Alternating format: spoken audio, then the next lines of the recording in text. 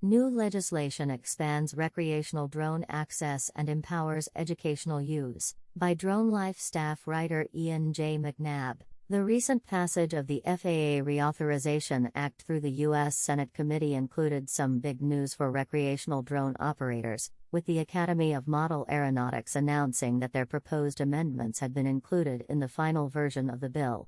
Sponsored by Senators Todd Young of Indiana and Dan Sullivan of Alaska, the amendment, which was included as part of the manager's package, includes greater access for recreational drone operators to controlled airspace, allowing flight beyond fixed flying sites, and a new process to request flights into controlled airspace from uncontrolled airspace.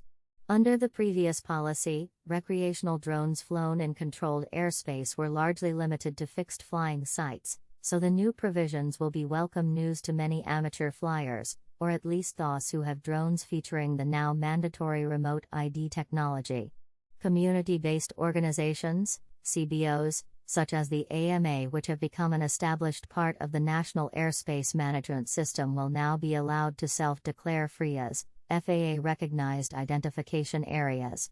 CBOs will also now be required to become trust administrators, the basic aeronautics test the FAA established in 2021 for recreational drone operators.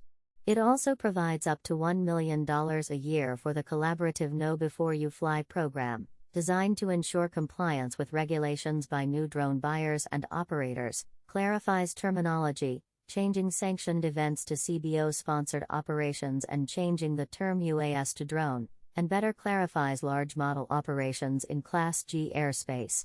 In important news for educators, the new bill allows elementary and secondary schools to operate drones under recreational rules, making it easier to integrate UAVs into the classroom.